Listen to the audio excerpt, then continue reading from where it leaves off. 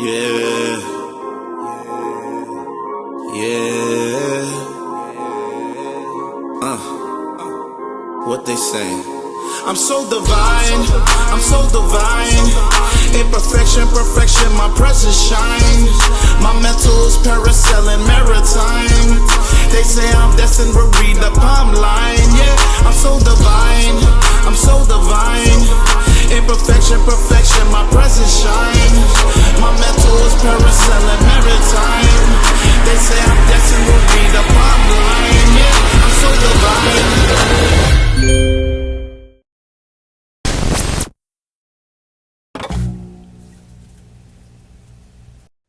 Welcome to the H.G.R.G podcast. Another one here with Just Jerry, DT, and we got a special guest today, Miss Turner. How you doing today? Thank you for joining. Good. Thank you for having me. Absolutely. Jerry, you ain't gotta ask. I'm still here, baby. I wasn't asking you. I was asking DT. DT, you still with us, man? For this week, I don't know. My contract may expire next week. Your contract ain't going nowhere, bro. We still back. Miss Turner, thank you for your time. Thank you for jumping on our podcast. It's gonna be a pleasure. This is a good one, guys. This is a good one. She's gonna talk some real stuff. She's definitely gonna talk some real shit. Definitely. You guys know we bring people on here that are just starting the journey, that have been through a journey, in the middle of their journey. A lot of people that are very accomplished. We try to find people, in different stages to show you that it can be done, or that it's being done, or that you can start. So we do that to you. We try to bring a variety of people to you. We've had CPAs here. We've had people with life insurance. We've had, real estate investors. We've had everything. And now we have a serial entrepreneur on, which would be Miss Turner. And we're going to get into everything today that you do. But before we do that, our audience knows about us. They know about DT. They know about Just Jerry. They know about they don't know enough about me. Hold on, let me. But we want to introduce them to you. So if you could just dive into who you are, how you started, and what you do, and then we'll go from there. Okay, y'all. So my name is Miss Turner. So pretty much what I do, I started. Well, what got me to this position today is my first ever successful business was Toro, which was the car rentals. So I was able to, build a fleet. When I was back home in LA, built a fleet. And then in that process, I documented my whole process pretty much. So if you go on my Instagram, I have posts all the way back from 2021, which is when I started my journey. You can literally see the first picture I ever posted introducing my car rental business to where I'm at today. And then now today, because of that successful business, I've been able to grow, and now I've been able to invest in Airbnb. I've gotten into credit repair. I do mentorship. And yeah, that's pretty much what I do. There you go. See, so it's one thing that led to another thing, right? So you said 2021 is when you started? Yeah, I started about April of 2021 was when I started my full entrepreneurship journey, yes. Okay, so I know that I was a bartender forever, and I would hate that I couldn't spend New Year's with anyone because it would be somebody sitting there at the bar. They get to bring in the New Year's, and I get to make them drinks, right, while they bring it in. And that was my turning point, right? When the people I was on the phone with, they're like, well, do something about it. Right. So I'm not doing that position. What was your moment? What was your turning point that said, you know what? I'm going to start a business and I'm going to go? That's a great question, because honestly, I never thought about going full entrepreneurship until I was fired from my job. So it was one of those moments where it's like my back is against the wall. My only form of income was taken away from me. And luckily I had when I got fired, I probably had maybe about $4,000 to $5,000 saved in my bank account. So I was able to, it gave me maybe about 1 to 3 months of leeway. But then it was like, okay, I got to figure this out, because after 3 months is like, okay. Exactly. What we going to eat? Exactly. Like with bills and, all types of stuff, 4,000 to 5,000 is really realistically not a lot especially if you don't have money coming in. So I'm like, okay, I got to figure it out. So it put that spark in me, because, it hurt getting fired, because it was the first time I ever got fired. So it was like, it was it was traumatizing a little bit, but it ended up being one of the best things that ever happened to me. I didn't see it at the moment, but if I never got fired, I probably wouldn't be on here talking to you guys, because I was looking back, I was too comfortable. I like I said, I probably wouldn't have even started Toro if I didn't get fired. Wow, that's dope. I have a similar experience, but I didn't get fired. My mom worked at a job for 35 years, excuse me. And you know, she's leave at work 6:37 in the morning, come home at 5 o'clock at night, and then she was still mommy. She still cooked, she still cleaned, she did everything, right? So 35 years in, no, 38 was her final day, right? She goes in one day, they tell her on a Wednesday, Friday's your last day. And when they told her that, you know, they didn't care about her experience, they didn't care about none of that. And then she basically got let go because she was making too much money and they could hire somebody for a cheaper salary. So they just told her she's got to go. And she was, you know, almost 60 years old and she's got to start all over. So right then and there, that told me I'm never going to let nobody have the power over me again. Yeah, and the same thing happened to my dad. He was at a job for 20 years and they fired him. No remorse, just, you know, bye. And it's like, damn, like, I don't want that to be me. For sure. Absolutely. All right. I don't care where you work at. Just a number. Yeah, you've watched people actually start businesses and get voted out of their own business. You see what I'm saying? Like this is it. All it is black and white. Right. Bottom lines, right? And the reality is that you're not part of that bigger picture, you know. So you have to understand. Are you muted? Okay, there you go. You're good. And like now that I'm a business owner, I mean, it's kind of messed up, but I understand. Like if it was my business, I don't care. I mean, like I care, but it's like for the sake of my business, it's business. So like as a business owner, I truly understand now. So it's like you either get bossed around or boss up. There's no. So that's a gem right there. Like that's a gem, you know. And these are experiences of people that watch their parents get fired from a business, from a job they've been there 35 years, 20 years, and now they're sitting here on the H.G.R.G podcast telling you, business is business. I get it now because I'm the boss. Facts. Right. So you guys need to take to that.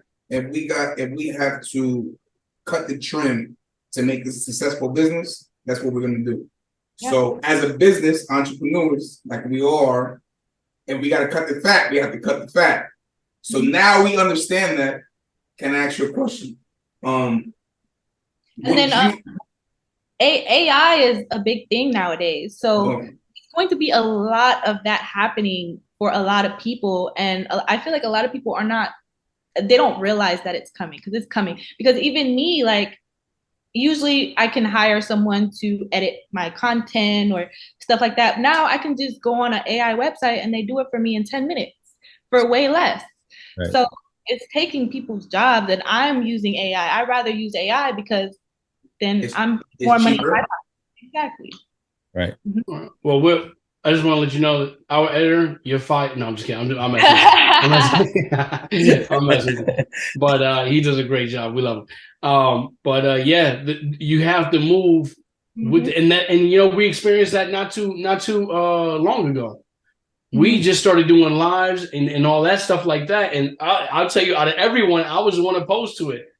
I'm not showing my life to everybody and doing that. You guys know, we sat down, we had this conversation. I'm like, I'm not doing it. I got on live the first time, like, when's the next time we doing it? I mean, you know, so you got to adjust and you got to move with the times, and it may take a push, but you don't want that to be too late. Was that a transition for you? Is that something that because you said you documented your whole experience with the Toro thing, right? So that tells me obviously that, you know, you already had the foresight to understand how important that documentation would be. Was that something that you did prior to being your own boss or getting your own business, that, you know, you were social media, you know, you had the wherewithal to do so? Because like me, I don't have up until about a year ago, I have zero. I've never had a social media anything in my life. Right. No MySpace, no Facebooks, no nothing, never in my life until, you know, this H.G.R.G, and I had to. So for me, the hardest thing, like Lance said, is to like show people my real world, right? because I'm so caught up in just getting to it. I don't really talk about it. So now to show it, and it's not like being boastful, show it. It's just people showing how you do it. I'm learning that now. But how was that for you? Is that something that you had to transition into, or was it easy for you because you kind of did that prior to? So my question was attached to that, DT. I just want to add in, what made you understand that you had to document everything? My fault. That was the question I was asked. So it was most definitely a transition. I did have social media before using social media for a business, but I would like post a picture every blue moon of just me, you know, not selling any products or services or anything like that. But you know, my first business was car rental, so I needed customers. So that was my main reason, is like, this is my way to promote my business and bring in clients. So that was that was the main reason, to bring in clients for my business. But in the process, people are watching me and are like, oh my God, like, how are you doing this? I want to know, I want to learn. So then that's when courses, ebooks, mentorship came about. So as I'm building this car rental business, more income started presenting itself. And, you know, at this point, I have about 34,000 followers. I didn't wake up one day and say, I want to be an influencer. It just like, just because of exactly, just because of the documentation of my, you know, journey. Progress. Yeah. Yeah, since 2021, I just got my large following this year. So it didn't happen overnight. It was literally like me consistently. And when I say consistently, I'm talking since 2021, I promise you, every single day. Every single day. Every single day, posting or live or? Posting. So like, I make it a rule for myself that I post at least one major post a day, but I'm posting on my story all day, every day. And I do it on purpose because it's not for attention. It's for, this is how I get my clients. This is how I get people to buy my products and services. This is how I get people to book my Airbnb. And I think people need to understand that about social media is anyone with this thing right here, right. I feel like if you have one of these, there's no excuse. Not at all. I tell you this though, we are learning. We are learning. Yeah, we're learning. We are learning. Like dinosaurs. That's one of our biggest hurdles. But here's also the reality, though. The reality is two things. Though, it's twofold, right? Because what we do, we don't need people. We don't need it wasn't customer based to go buy real estate.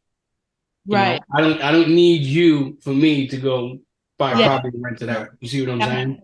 Yeah. But the problem was we were running into, we were like, hey, listen, we set this up over here. Come over here. You know, and we talking to cousins and family members and good friends, but you could just come over here. You know what I'm saying? Like, I set up everything for you.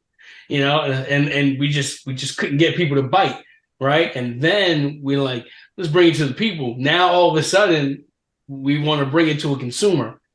Right. And now, so we didn't come from a space where we needed to get customers to now where we're looking for consumers to go, hey, listen, we built a hell of a product for you guys, a plug and play system, you know, H.G.R.G.club. And, you know, here it is. So now all of a sudden we're like, all right, how do we market it? What do we do? So we found ourselves trying to get into the space, you know, but you were already there, you know, from Jump Street. And here we are, and capitalizing up. Right. Yeah. Right. So it was Toro. Toro was Toro. Are you still into Toro? Are you still doing Toro? So I'm no longer, like, you couldn't find me on the Toro app. If someone wanted to rent a car from me, it's privately, meaning like there's no third party app in the middle. I want my, like, you know, all of it. Give me all of it, man. Good for you. Yeah. So, you know, anyone that's watching this who is interested in the car rentals, I would say Toro is like training wheels. Private rentals, I would never recommend anyone who has never rented out a car to go directly into the private rental lane.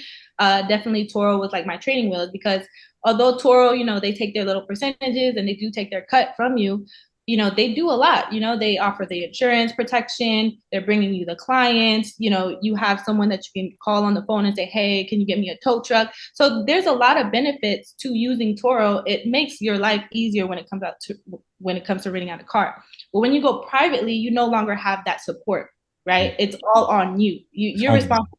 You're responsible for the insurance. You're responsible for bringing in those clients. You're responsible for everything. So private rentals, although it was a lot more work, it did, you know, it was rewarding. Right. Because you The got insurance would be your biggest cost there? I'm sorry? Is the insurance the biggest cost? I mean, insurance for me, I pay about 180 per car. I wouldn't say it's like biggest cost. Got yeah. you. Okay. All right. Got you. Here we like to be transparent and give both sides. Right. Before we move on off the Toro, because there may be people watching this and go, "Oh, Toro, I was thinking about that." Give us the best part of it and the worst part of it. So the that best, people understand. that's a great question because the best well, Mr. Turner, that's why I'm the host. Please, That's why I'm the host. I mean, Mr. Turner, don't do it to him. Please don't do it to him. Don't gas him up. Yeah, he's already thinking he's the man. Stop. The show's not the show. I mean, it's just not the same. Go ahead, Mr. Turner. Mr. Turner, Yeah. my apologies. So the best part of having the car rentals is you literally have multiple cars. So like, when I have my fleet of cars, it's like, I can drive the Mercedes today. I can drive the Charger today, or I want to be low key. I'm gonna hop in the Toyota today. So it's like that's the best part of it. The worst part of it is a lot of work. You have to maintain the vehicles. With car rentals, you can't avoid accidents. Like it's something that will happen to you. So I'm letting you guys know if you are interested in the car rental business, accidents, damages, that's part of the game. But it is a headache. It is a huge headache and a huge inconvenience. Don't get me wrong, if you know what you're doing and invest in mentorship and your car does get into an accident and you know what you're doing, you're going to get paid out for it. So it's not the end of the world and it's not a big deal if it gets into an accident, but it's like all these things can be a huge headache. So that's right. And you're down a car, right? So now you got to go get another car, right? And then especially if you only have, let's say you only have one car on your fleet and that car gets damaged. Now you have to pay that car note out of your own pocket until you get paid out or until, it's repaired and back on the road. Exactly. So, it does become better, I guess, if you have multiple cars. Because let's say I have 5 cars, one fell out, is down. I still have 4 others making income, and it's going to cover that car until it gets replaced, fixed, or whatever the case. That solidifies Lance and Jerry's theory with real estate. If they buy multifamily properties, right? Damn Skippy. One unit doesn't pay the rent, the other ones still pay rent. So I got some income to pay the bills. Exactly. I hear you guys. I hear you. I got a question to pigtail off what you just said, which I think was dope. You said, and you kind of went over it quick. You said invest in mentorship, which I picked that up when you put it down. But what I would ask is, do you have a product that may be the training wheels similar to a Toro for somebody interested in that business? Number one. Number two would be, if not that, what do you offer to the person that may be looking into getting involved with the Toro? Yeah, so I actually have a course. I don't have a course in private rentals, but I have a course in Toro, which is, like I said, for beginners. If you've never rented out a car, you need to start there. So I do have a course for that. And then I also have a mentorship. In my mentorship, I consider my mentorship is like one-on-one. I like to do one-on-one mentorships. And I pretty much, I design my mentorship to be sort of lifetime. The way that I see it, if you're willing to invest not only in yourself, but you put all that trust in me to invest into me, like you're a part of my team. Like all my mentees, they're locked in. Like, I teach them the game. They have my number. They can call me whenever. Like, it's not like, oh, we just have class for 3 weeks and then good luck, bye, I'll never talk to you again. It's like, obviously, my mentorship is about 3 weeks long. Obviously, in those 3 weeks, that's not enough time for you to like, give them all the sauce. Exactly. And even if I did give them all the sauce, you're still gonna run into things, right? Eventually, exactly. Like, right, for sure. Especially if it's your first time ever starting an LLC, ever starting a business, you're going to have questions, even if you took my mentorship. So I don't want to just take somebody's money, say, here's the information. Okay, bye, good luck. All my mentees, like once the 3 weeks are over, if you have any questions, comments, concerns, let me know so I can help guide you to actually doing these things. You know what I mean? When someone joins my mentorship, I want them to go do these things. I just don't, you know what I mean? So I gotta stop you. I gotta stop you real quick. One second, just quickly. Was that made important to you because you may have had an experience with some type of mentorship or program, so you figured I don't want to do it like that because I went through that? That's great. That's great. You DT already know our mindset. That's great. DT. Go ahead. That's exactly what happened to me. I had a mentor. I would call him like an unofficial mentor. Like just, I network a lot. So, I like, found someone that I considered a friend and a mentor, I guess. And, he taught me the game, like he taught me the car rental game. He taught me so the courses, the ebooks, all of that. He gave me the sauce. But long story short,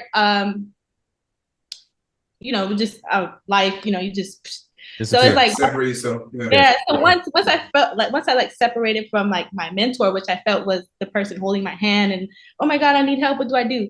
And once that help was gone, I'm like, oh, shoot, I feel like, what do I do now? Like I'm stuck. I don't know what to do. So then that's when I went to go seek other mentors and other people. So it's like I know what it feels like to just be like, damn, like I messed up. What's next? That's in the dark, yeah. You told me A, B, C, D, E, but now I know D, F, G. I didn't know the next couple steps. I got what you told me, but there's a little bit more that I might have missed or I didn't soak in.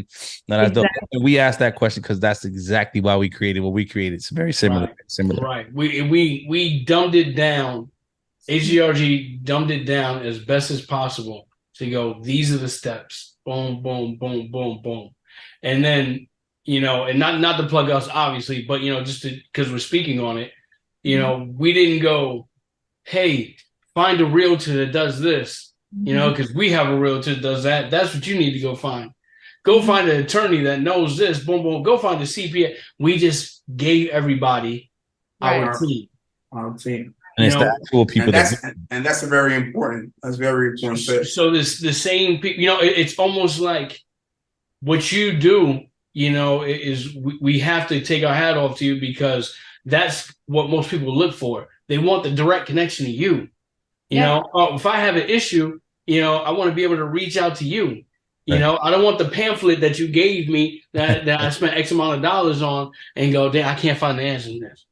Right. The answer's not here.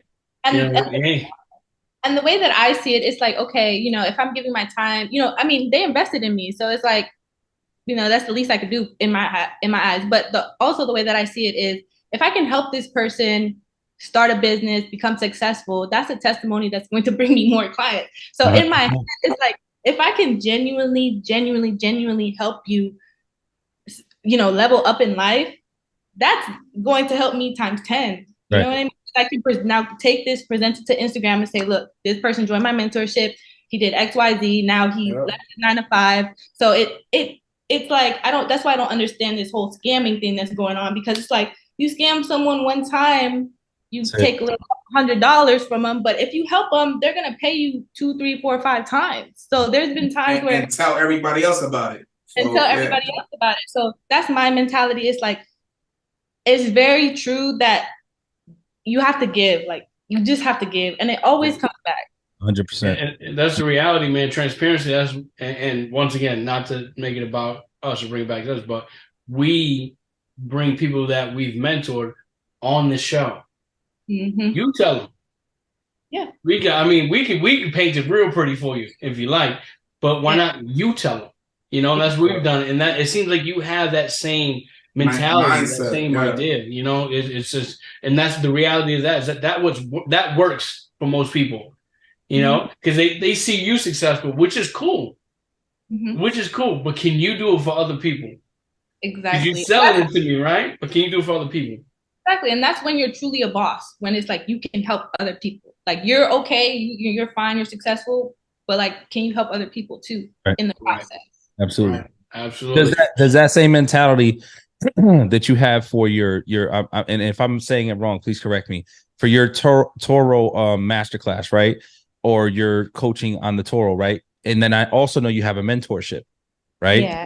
And then I also know you do credit repair. So I'm sure you take that same mindset and go into all those master classes for those. But that mentorship one that you have, is it similar to that, or is there something different? So it's different. So if someone were to just simply buy the course, right? I do offer, like, if you have any questions on this course, like not anything, other topics outside of this course that you purchase, I will answer your questions. Okay. But if someone wants like the whole game, like, they want Airbnb, they want car rent, or pretty much everything that I've been successful in, and they also want my guidance, they have to get into the mentorship. For sure. Okay, that's a great segue. because we've talked about Toro. We understand that a mentorship fell into your lap, right? Because people started want to know how you did it because you posted your journey and your progress, right? So obviously mentorship came out of that. When did you transition to the next thing? And what's the next thing? What was I thought you were gonna take listen, I got it. All right. She already told you that the Toro was training wheels. Lance just took his training wheels off. Yeah, Now I got this. Yeah, he's over here. I'm not even. Miss Toro, Miss Turner, what did you do? You can turn your camera on. You can relax. I got it. I'm not even talking to this guy over here. So what was the next thing that you got into after the mentorship? Toro. The mentorship or Toro? I'm sorry, after Toro and the mentorship, because Okay. Toro came and the mentorship came, obviously showing Toro. What was the next thing you jumped into after that? Next was private rentals and Airbnb. Okay. So private rentals would be, the spin-off of Toro, correct? That you were speaking Basically of. just kicking Toro out of the way, yeah. So you got the middleman out of there. I want my money. I want all my money. Yeah. Right. Yes, exactly. And you're saying it was a significant boost in revenue once you did that? Once I went private rentals, I hit my first 10K month. Yeah. That's what's up. Good for you. My first 10K month came from my car rental business. Yes.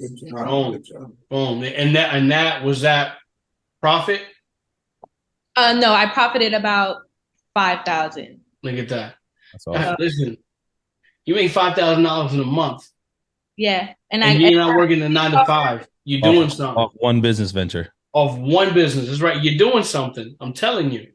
Right? You're doing something. So then you go private. Mm-hmm. Then what happens next? You start to do Airbnbs? Is that what was next for you? So I'm like at the time I was living in LA, and I have lived in LA my whole life until just 8 months ago, literally. So I'm like, I want to grow, right? I want to grow further, and I just feel like I couldn't do that in LA. So I decided to actually take a couple steps back by moving to Houston. When I moved to Houston, I had to get rid of a couple of my cars. I only ended up keeping 2. I brought 2 with me to Houston. So it's like I had to, take a couple steps back, but I had a bigger vision. The reason why I wanted to come to Houston is because real estate is something that I really want to get into, and LA is just not the place for real estate. 100% right. Now that you're in Houston, is Instagram true? Can you buy this 34,000 square foot house for $25? I haven't seen that. I don't. It's all over Instagram. You see, I'm gonna tell you right now. I just came back from Houston. And I was driving past properties, and so you already know I'm in the real estate, so I'm already on my apps. Like, all right, what street is this? What's the number? And I mean, like, beautiful homes for only like $1 million. That if you picked them up and you brought them to wherever we live at, $10 million, New York, $10 million. I couldn't believe it. So what is it? Wait. Yeah. Why Houston? Why not Atlanta? Why not Seattle, Detroit? Why Houston? So actually, when I decided to move out of LA, Atlanta was my second option, definitely. I might even still move to Atlanta one of these days. I do want to live in Atlanta one of these days. But Houston, I had a friend in Houston, and she was in the event space arena. And so she just convinced me to come out here, and I just felt comfortable coming to LA because of that. I mean, I'm sorry, Houston, because of that. Gotcha. Yeah. Gotcha. So you moved to Houston, you got 2 vehicles with you. So now you're starting from scratch. Do you get a job, or do you just, I'm entrepreneur, this is what I'm doing, and I'm sold out? Good question. During that transition, I'm not going to lie, I was stressed out. It's like, I don't have these cars that are bringing me income. I'm not going to lie, I was stressed out. And I was even thinking about getting a job. But, I feel like when something is meant for you, everything works out. I never actually got a job or anything like that. Everything ended up working out. So what happened was I came to Houston. I was already doing the Instagram stuff. And when you're posting on Instagram, and I guess you're considered an influencer, other people tap in with you. Like you're pretty much digitally networking. So that's what was going on. So I already knew a couple people that I hadn't met in person, but like we had some sort of relationship because we're going back and forth on Instagram. Gotcha. So when I got to in person in Houston, I met up with BR, the CEO, who is from Houston. He already had an established car rental business. Oh, So wow. there's a term in the car rental business called brokering. So I was able to pretty much add his cars to I pretty much brokered his cars. So now I went from 2 cars to whatever fleet he had. Yeah. exactly. So if I had clients, and I provided him those clients, I can make money from that. So it's like, So you were the new Toro. I'm sorry? So you were the new Toro. You were the middleman. Basically, yeah. Okay. In the car rental business, like we have a whole group chat of a bunch of people who are in the car rental industry in Houston, and it's like we share each other's cars. Like if you bring me a client, I get my money, I break you off. So it's like we're all eating, we're all winning. You don't have to own a car. You technically don't have to own a car to make money from the car rental business. If you can literally like create an Instagram, create a website, create a relationship with someone like me or someone like BR, the CEO, who has established rental cars, get that, understanding that, hey, I'll be brokering your vehicles, I'll be bringing in the cars, and we market each other's cars. Like I'll post his car, nobody knows it's his car, and who cares? Like, the purpose is to bring in clients and make money. Right. So I would allow someone to market my vehicles as their own. I don't care. As long as you bring in those clients, you eat, I eat, everybody's happy. In real estate, that's known as subleasing. Subleasing, yeah. Which is what I do for Airbnb. Yeah. That's fire. Oh, you do? Oh, look at I'm sorry. Okay. So let's get into it. So I'm sorry, man. let's paint the picture here. So you find your connections out in Houston. You're brokering, right? You're on your feet. You never had to get a job. How does Airbnb come along? Good question. So again, I already Miss Turner, stop telling him that. Yeah, stop telling him he got good questions, man. You're gonna have to stop telling him. If you want to say great question, Mr. I'll take that. He's gonna take this all the way to the bank. I'm telling you. You can say the group chat is gonna be lit after we hang up here. I'm telling you that right now. But I was just gonna all say I'm that. saying is you can say great. I mean, it's fine. Once the episode's over, he's gonna be like, "You hear? She said it like 3-4 times." I know. So go ahead, get it. I don't want you to lose track of these clowns.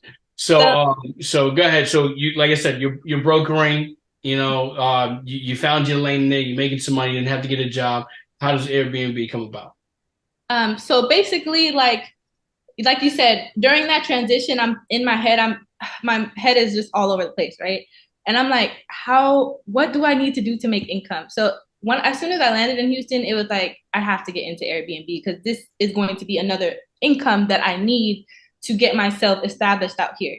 So that was the main reason to getting into Airbnb. And I literally got into Airbnb within a month or 2 of being in Houston because I'm like, I have to get to work. Like I need to make what I was making when I was still back in LA.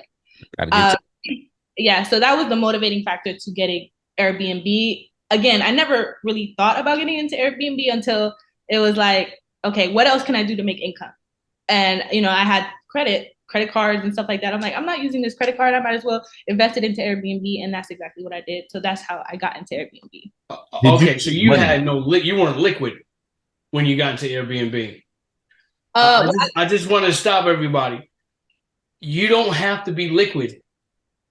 DT always talks about this. The way he got his first property was all credit cards and this. I mean, the Home Depot card. The boy had no money. Rob Peter to pay Paul made it look real. He had no money. Miss Turner had some money. She had a thing going and whatnot, but she just said, "I'm not using these credit cards, so I'm going to utilize it." Yeah. And I'm going to go get these Airbnb. So go ahead. Sorry. Yeah, and I mean, even we could say the same thing with the cars. Like I didn't go and I didn't have a gang of money and I just cashed out on all these cars. Like the bank fronted me that. Same thing with the Airbnb. The bank, literally, the reason that I'm here today is simply because I have good credit, and that's again how I got into credit repair. So yeah. Fire. That's fire. So with the Airbnbs, how did you make your connections? How did you get into it? Because we do talk a lot of real estate here, so I want to sit on this for a minute. How did you even learn about it? How did this happen for you? What clicked? I had bought a mentorship and we learned about Airbnb in the mentorship. And that was when I learned that you don't even have to own the property to get into Airbnb. So it was like, Right. okay, well, I don't have to own property. I just have to normally on average Airbnb on average 6 to 10,000 on average to get up and running and started. Which if you have good credit, that's easy to get on a credit card. Yes, ma'am. I'm sorry. I was agreeing. Yeah, he wasn't saying much of himself, but yes, he cheerleading over there.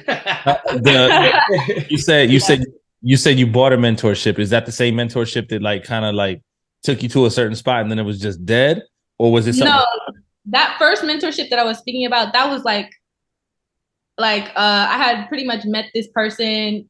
I would consider him a friend. And she split ways with him.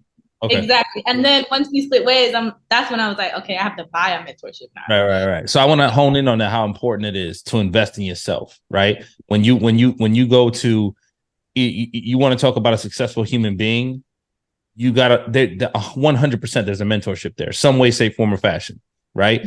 Most people are investing in the mentorship. Some people are lucky and blessed enough to have it as a part of their family tree or friends or whatever that looks like. Unfortunately, all four of us, we don't have that fortune. So we've all had to invest in our, in our excuse me, in our education in the fields that we're in. Some of them with money, with hard-earned money, others with sweat equity, others with, I'm gonna be a that boy. I'll carry your bags. Just tell me what you know, whatever that looks like. But nevertheless, it's just super important. I want to hone in on that, how important it is. And if you don't mind, just kind of giving 2-second explanation or what that means to you. Because I know for me, mentorship is everything. I would say mentorship and credit are the top two things. If someone wants to, they're like, I don't want to have a 9-to-5 forever. I want to be an entrepreneur. The first step is mentorship. Like, I feel like people try to skip that part and just jump into like all the success that they see that all of us probably, made. You're seeing the end result. Like, right. You didn't see that I invested in mentorship. You didn't see like the struggle part, but that is the first step, like, period. You gotta learn. Like, and it's easy to get credit cards, but I'm not going to tell someone to go to the bank, get credit cards, and then just to go into all this debt that they can't pay back. So that's why it's very important to get into mentorship, because yes, we can use credit and other people's money, but if you don't know how to properly leverage that so that it pays itself, you're going to be in a whole bunch of debt. And then you're going to come back and say, Miss Turner lied to me and told me to get in, and now I'm like, you know what I mean? Right. No, for sure. What we usually say is mentorship is like a GPS to the goal. Exactly. It's a roadmap. Yeah, absolutely. 100%. I mean, it's important, man. A lot of people don't want to take that jump, or, they see a number, that they don't like, and they're like, yeah, I'm not going to do it. The reality is that you got to do it. I tell everybody, I tell you no lie when I say that I was a YouTube university warrior. Mm-hmm. I was on YouTube. I mean, like this, and just I felt like I would get to the end. Still are. They just would not give me what I wanted. They wouldn't give me that. Okay, now here it is. I'm like, how you ever click on like a story, and then it's 19 paragraphs until it gets to the actual point. That's how I felt like with YouTube. It just never got to the point. So I had to find a mentor. And I had to put in that work, and I had to follow somebody around until I could figure it out. And that's the reality. And then that goes into now, I don't think we mentioned this yet, but I have merch. So then now that goes into my merch. So like, my brand is called Pay to Play. So I wanted to literally start a movement of telling people that you have to pay to play. Like, the reason that I'm here is because I spent a lot of money up front first. A lot of people just expect the money to come for some reason, but it doesn't work like that. If you don't literally pay to play, you're not going anywhere. You have to invest. So that's what pay to play essentially stands for. Is like, if you don't pay to play, you're just going to be on the bench. Period. That's a fact. That's a whole fact. That's a big fact. I like that. I like that. Yeah. And obviously we're gonna make sure we plug in where people could reach you at and all that good stuff to get to merge, get your webinars, your ebooks, your programs, and all that good stuff. Because the young lady has a lot of. Oh, okay, wait, hold on. So you got ebooks too? I was just gonna get into that. I was just gonna get into that. Hold on, wait a minute. Maybe I'm not a good host. So you have ebooks. These ebooks pertaining to what? Pretty much pertaining to what it is that I do. So I have a Toro course. I have an LLC ebook. I have a building business credit ebook. I have a Wi-Fi money ebook, which you said you bought. I bought it. Your honest opinion of my ebook. Yep. So let me tell you this, right? Wait, so you bought an ebook? Wait a second. Let me explain. Where have I been? I just want to make sure that you understand that DT moves on his own cord. The guy never told us about the ebook, or he sent the ebooks to us so we could read it. Nothing of the sort. No, why I don't mind supporting and buying the ebook, but let me know that there's an ebook. DT. That's why I don't send it to you, because if I send it to you, you're short and I'm bootlegging her stuff, and we ain't doing. But why would you? But you didn't even tell us. Wait. That's what we call we bootleggers. Your teammates, your partners. Ebook, we not supporting the movement, so we're not gonna do that. I'll tell you where to get it. We can buy merch. I can buy merch. You can buy the ebooks. I buy merch. It's the same thing, right? And I'll take a damn Toro class. I don't care. It don't matter. We can all support somewhere. But the reality is that DT, you didn't even tell us that you had. I didn't tell you the whole picture, but I did tell you this. I was on Miss Turner's live one day, and she was talking about how she come out with this new ebook. I think she said for like 24 hours only or something like that. So I was like, ebook, because in the background, remember how I told you guys I want to write a book. Right. Remember we had interviewed a student. What was it, Chanel? No, that was Stephanie. No, the one from Chicago. Chanel. She said she was an author, in one of her things as well. So I was like, damn, I want to write a book. Like, I want to write a book about my life. So I've been doing some YouTube and some research on like how to do it. Right. So when I was on her live, she was like, oh, I just wrote an ebook. I said, ebook? What's that? I never heard that. Right. So now I'm listening. So I'm in your comments. How do you do that? Where do you go for that? That was you asking me. I can't remember. That was me.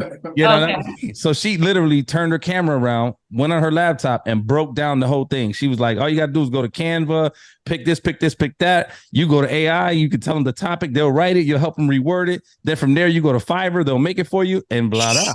And then she even gave the platform that holds. She even gave the platform that she uses that holds, basically you could buy it from, and they give her the bread and they take a percentage, like all on her live. I'm tapped in. I think I bought a couple badges. I was like, I can't do nothing else but buy badges. I don't know how to buy. I didn't even know how to buy an ebook. So, anyways, I get off that live. I go on YouTube all night. Boom. After I get off YouTube, the next day I hit y'all in text message. I said, yo, bro, we writing an ebook. That has nothing to do with you buying her ebook. I know you bought an ebook from her. I understand. I never said what I did. I never said. Just Jerry, please tell me what that whole story. What did that mean? Just about her ebook. All that was is me giving her flowers. That's it. Switch the subject. We're not talking DT for no more. DT's on timeout for 10 minutes. So you have ebooks that only DT can buy, obviously, right? So you have ebooks on everything you do. So that means you have multiple ebooks as well. So you know what? Let me give myself another source of income, make it easy for the people to grab. Here's ebooks, right? Okay, perfect. So we have Toro, the mentorship for that. Mm-hmm. We have you brokering, with your connections out in Houston. Then we have you also doing Airbnbs, right? Right. So you say the way you do it is that you don't even have to buy a property. It's only $6,000 to $10,000, to get it up and going. I'm guessing furniture, whatnot, maybe your first month security, stuff like that, to get in there, right? Is there some kind of agreement that you have to have with the owner or the property management there? Like, how does that work for you to get started? Most definitely. So there is a right and wrong way to do Airbnb. Some people do not. They'll just get like an apartment, that they leased, or a home that they leased, and not let the owner of that property know that they'll do Airbnb. And if you get caught, a lot of people can get away with it for a long time. But if you get caught, they have every right to evict you. So the right way to do it is to pretty much cold call property owners into agreeing to allow you to basically sublease their home, basically. So the best way to do it is to ask for. All right, wait. So you about to give the source right now on how you do it? I'll touch on it. Yeah. So, Okay. Because we ran into the issue last episode. I'm not gonna, it'll be out frame. Where DT was just giving a little too much sauce. So I don't know how much sauce you want to give. But go ahead, Ms. Turner. I'll touch on it. So you can go to like places like Facebook Marketplace, Zillow.com, Hotpads.com is my favorite one to use. And you want to use those websites to pretty much get the contact information of homeowners, right? So you pretty much at that point cold call. So obviously not everybody is going to say yes. So you got to literally call until you get a yes. Right. That's it. I just wanted to ask, so what you're saying is the way you do Airbnb is hard work to get your clients to get your places. It's hard work. It's not easy. You're not buying the houses, so you have to do some work to get it done. Okay. Exactly. I don't want people to think that, the first homeowner that you call is going to be like, oh yeah, come over. Like, it's not going to be like that. You're going to have to call multiple times, but you will eventually get a yes. It's just up to you. And you said you have one or you have multiple Airbnbs? I have two at the moment. Oh, nice. That's awesome. Nice. I gotta ask, guys, before you say that the good and the bad and the ugly, give me one of an ugly story for you. Give me an ugly story. A horror story from Airbnb. Sure. Horror story. I've definitely had like inconveniences. Oh, someone recently stole my TV. I know that because I've seen it. So yes, I do know they stole. So tell me how that works for you. Do you have to get a new one? Your insurance pays for it. What's going on? Good question. So I got a good question, guys. I don't even realize that I'm saying it. I think it's no. Anyway. You don't have to say it for them. That's fine. You don't have to say. She just said really was there. It might not even really be a question. It's just an automatic response for her. That's so in this specific situation, at first I assumed, I just assumed that it was the prior guest that was in my last Airbnb, that was in the unit. I assumed that. When I did some more investigating, I came to the conclusion that it was the cleaner. So in this case, I couldn't get compensated, at least through Airbnb, because of the fact that it wasn't through an Airbnb guest. You know what I mean? Wow. So I ended up just taking the L and going to buy a TV the same day. And I just kept it pushing. It on the wall? Huh? No, I didn't. I haven't put it on the wall yet. I need to do that. But I just kept it pushing. It was just one of those things where it was like, whatever, it's just part of business. I'd rather just keep it pushing. TVs nowadays aren't what they used to be. Yeah, absolutely. Right. Yeah, that's. But what happens to the cleaning, person or they're working for a company that you contacted? How'd you go about handling that part of the situation? So yeah, it was through a company. So here's a little gem for you guys. It's this company called Turnover B&B. They recently changed their name to Turno, which is a cleaning company that specializes in Airbnb. So you can go on there and hire cleaners. You can even link your Airbnb calendar to there so that they see when you need cleaning. So it's pretty much, my cleanings are pretty much on automation. What was the question again? I'm sorry. No, how did you go about? No, what happened dealing with that part of it? Yeah, somebody stealing, one of the cleaning people stealing your TV. Yeah, so I ended up firing them and just hiring a new cleaner. Gotcha. Obviously, it wasn't a memorable question. I just did. It's fine. You know what I'm saying? I can't hit on all of them. That wasn't a good question. I can't hit on all of them, guys. So basically, like you said, you do well with chalking it up to the game. It comes with it. Car crashes, they come with it, and it comes with the game. Stolen property inside your Airbnbs comes with the game. Cold calling as well to figure out, what, the right renter, it comes with the game, with that time and whatnot. How long did it take from the start to to finding your first one? When you pick up that phone and start cold calling, how long did that take for you to land one? I would say it took me personally, I probably wasn't as consistent as I should have been to get a quicker yes, but I'd probably say 3 to 4 weeks. Yeah. Okay, no, that's not bad. That's not bad. Yeah. That's not bad at all. You know, and like I said, everyone's situation is different. You know, when they're a landlord, they may not be able to find a renter, or they may not want to deal with Airbnb, but don't mind that you do it and get a piece of that pie. Right. You know. And wait, here's a tip too. What I suggest when you do the cold calling, and you want to present yourself as a business. So let's pretend, I'm cold calling you to, I want your property, right? I'm going to present myself as a company. I'm going to present myself as like a business. So I'm going to say, ring, ring, ring, ring. Hello, Lance speaking. Hi, am I speaking with Lance? Are you the owner of the property on Turner Street? Absolutely. Okay, well, I was taking a look at your home and I saw that you have it up for lease or rent. My company name, I would like to introduce myself. I'm the owner of Turner Luxury Stays. And with our company, we pretty much supply our clients with a place to stay. Most of our clients are busy professionals like traveling nurses, or businessmen or women. Some of our clients are even just looking to come into the city with their family and enjoy the city. So I noticed that you have your place for lease. I know that you're probably looking for a tenant that's in there for about a year, right? Is that what you're looking for?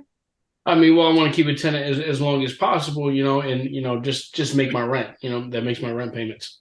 Okay, perfect. Well, through our company, we're just like any other tenant. Of course, we're going to pay you your rent. We'll pay whatever it is that you require, your security deposit, all of that. I'm even willing to add maybe $50 to $100 on top of the rent to allow my company to basically, allow me to house my clients. And the benefits of that for you versus a long-term tenant would be, through our company, we do daily cleanings 1 to 2 times a week for your property. So your property is always going to be maintained. 2, like I said, a lot of our clients are busy professionals or, people that are just coming to see the city. So therefore, they're not spending a lot of time inside of your home. They just need a place to, put down their things, get some rest, and then they're going to be outside for most of the day. So that means that's a lot of less wear and tear on, your appliances, less water use and stuff like that. We even secure your property by adding security cameras on the exterior of the property. So we're able to monitor who's coming in and out of your property. We also implement what we call Wi-Fi locks. So what Wi-Fi locks essentially is basically we can revoke access to anyone from our phone. So if there was ever any issue with a guest or a client, it will be no issue to remove them from the property. It's just a click of a button and they no longer have access to the property. So we don't, hand over keys or anything. So you don't have to worry about anyone making copies or anything like that. And, with our company, that's pretty much what we do. We're just looking for places for our clients to stay.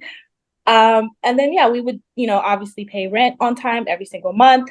And I'm even willing to offer $50 to $100 more on top of that. I'll even cover minor maintenance. So if there's anything minor inside the unit, I will cover those minor maintenance on, your behalf. No, I'll just take care of it. If that sounds like a good idea, I'm ready to sign today.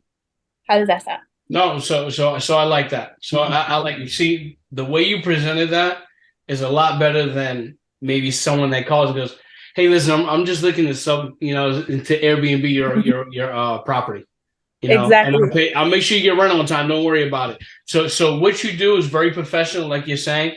Obviously, I'd have a lot more questions, right? Do I have access to my property, or now that you have Wi-Fi locks, how do I get in, right? If I need to access it, if you don't pay rent, what does that agreement look like, right? So is there a contract between us? Where, if you break that contract right away, it's over. Right. So there's a lot of things you can get into, but the way you present it is great. Absolutely. I didn't expect you to.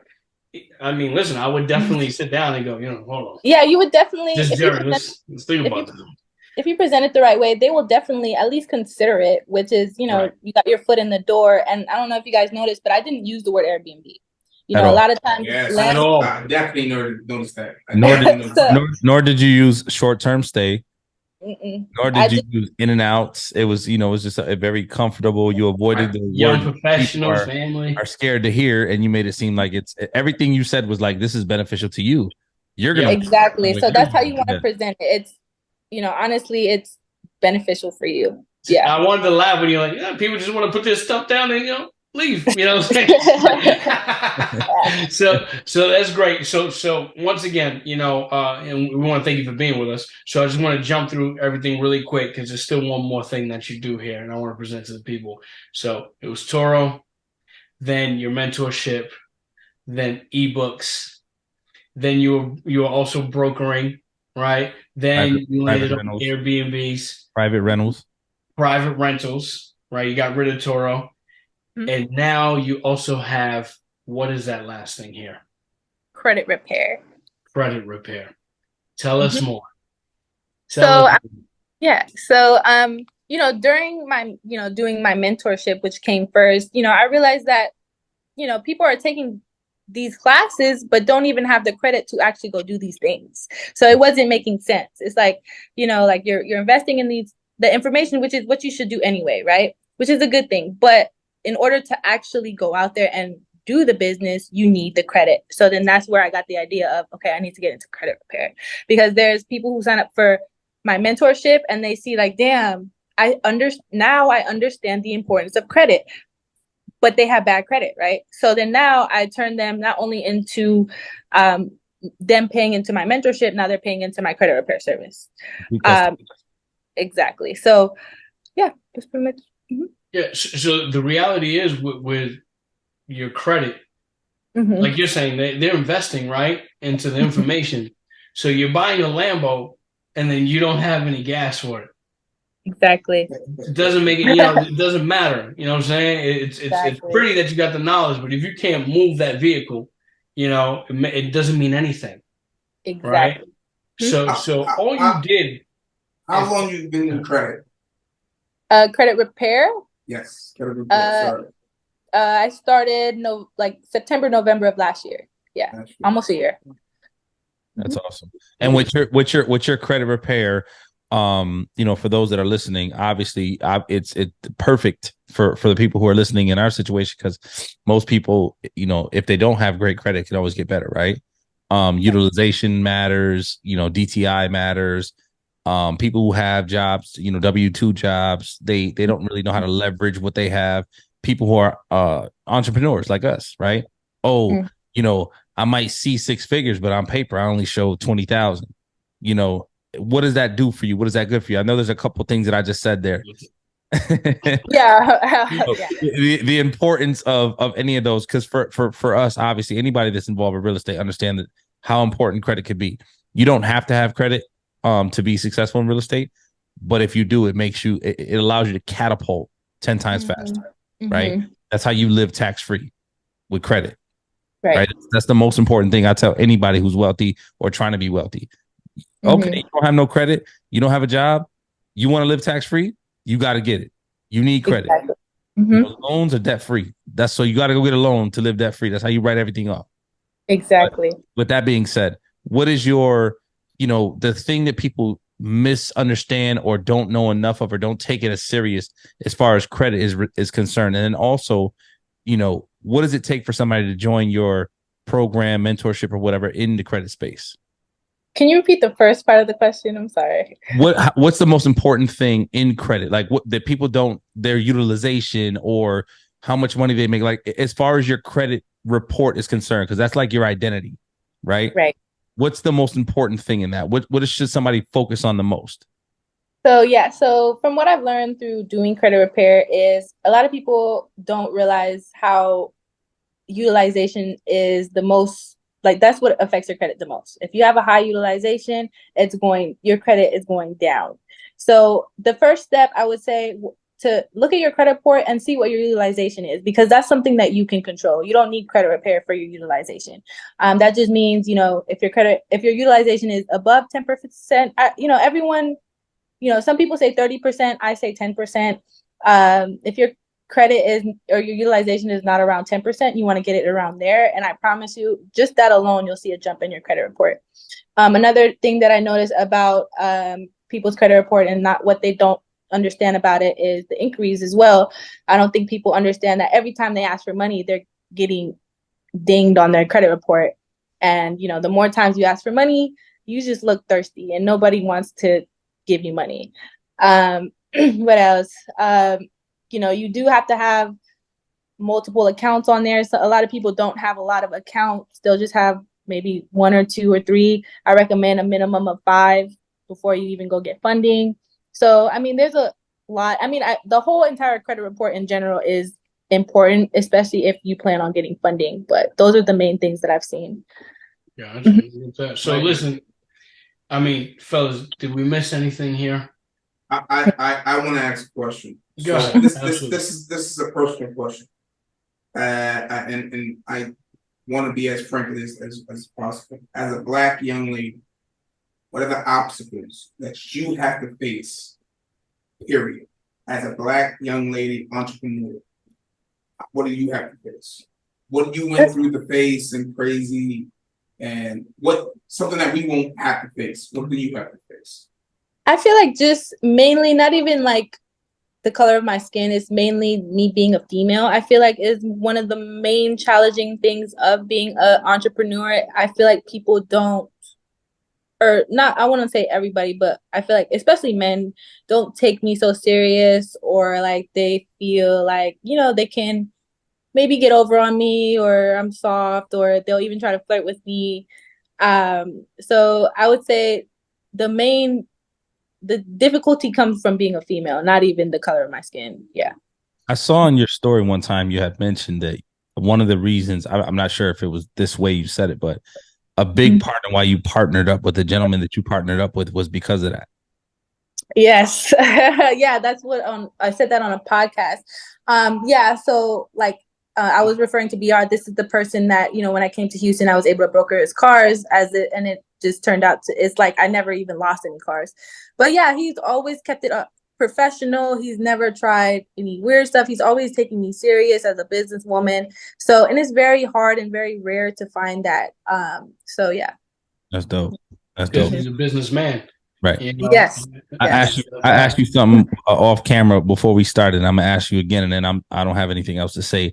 And obviously, we're gonna leave the platform to you to share, you know, where people can reach you at, and if there's any final thoughts you have, along with Lance and Jerry. Out of all of your business ventures and your entrepreneurship, what you do, if there was one thing you could pick that you would do for free, that you really enjoy, what would it be? Credit repair, 100%. And what's the reason? The reason is because, you know, just by cleaning up someone's credit, I opened them a world of opportunities. You know, even if they don't want to be an entrepreneur, they can get a home for their family. They can get a car to take their kids to school. Or if you do want to be an entrepreneur, you can literally start a business and leave your 9 to 5. So it's just so many opportunities that are available to people when they simply fix their credit. That's dope. Lance, one more question, sir. Oh yeah, no, listen, go ahead. Go ahead. This is, I usually ask this question. So, if you were telling your younger you, what would you tell them? What would you tell your younger you? I guess that's it. What would you tell your younger you? What advice would you give your younger you, basically, knowing what you know now? Knowing what I know now, the hard times means that it's time for a new chapter or to steer to a new direction. So whenever, like, you know, everybody faces difficulties, traumas, unfortunate events. And in those moments, you might feel like you want to give up, or it's not, you're not meant to be successful, or whatever the case may be. What I've come to learn is in those, you know, like, for example, like I said, when I got fired from my job, at the moment, I thought it was the end of the world. Oh my God, like, you know, I was crying. But if I never got fired from my job, like I said, I probably wouldn't even be where I'm at today. So, yeah. Yeah, absolutely. So, are we good, guys? We appreciate you. Everything. I appreciate your time. Thank you for everything. If you guys don't already, on social media, please follow Miss Turner. Obviously, if you don't mind shouting out your Instagram handles and whatever that looks like. Lance, I know you were going to wrap it up that way, but Absolutely. us to you, I appreciate you. Thank you for your time. You were amazing. And Yeah, thanks for having me. It's dope. I personally, I know we all feel the same way. You know, there's so many ears and eyes that are watching podcasts, that are watching, you know, social media content, and there's not enough views, right? So whenever there's an opportunity to shine light upon somebody like yourself, you know, it's our obligation and it's our pleasure, you know, to do so. So again, we thank you, and we hope that, you know, times 10, wherever your dreams and heart desires, you go there. Thank you guys. But listen, Mr. Turner, seriously, all jokes aside, you're a serial entrepreneur. You know, like you said, you took this serious, you took yourself serious, you found people that take you serious as well. And, you know, you made it to where you are. You know, you have good business relationships, you found mentors, you know, even though you may have split ways, you got started. And you found it deep inside when you were in a place where it wasn't a great spot for you. You know, like you said, you got fired, you were crying, you know, and that's the hardest time to sit down and try to figure it out.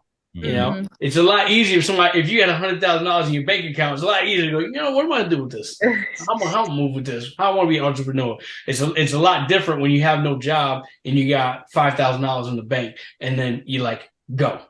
You know what I'm saying? It's tough. It's tough. But you know, like I said, we applaud you for that. And we want to share our audience with you. And we want them, tell them where we can find you at. So give us all your handles, any websites, you know, where they can find your ebooks, and etc. Yeah, so make sure you guys follow me at Miss Turner, MISSS. So that's 3 S's .Turner. My credit repair website is startanewlife.net. And then you can find a lot of my products and ebooks on my Instagram. There it is. And guys, we definitely want to just give you Ms. Turner the flowers that you deserve. Absolutely. Keep pushing to the greatness that you're going. Don't stop. Don't let nobody stop you. Keep pushing. We appreciate you, and we appreciate time. Thank you, and same to you guys. Thanks for having me. Absolutely. Listen, once again, H.G.R.G family, from our mouths to your ears, we're always going to bring it to you, you know, live and direct, transparent, and we'll see you on the next one. Subscribe. Yeah.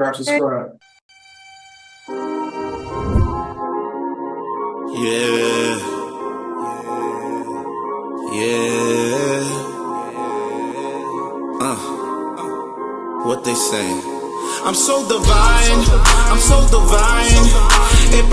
Perfection, my presence shines. My mental is parasailing maritime. They say I'm destined to read the palm line.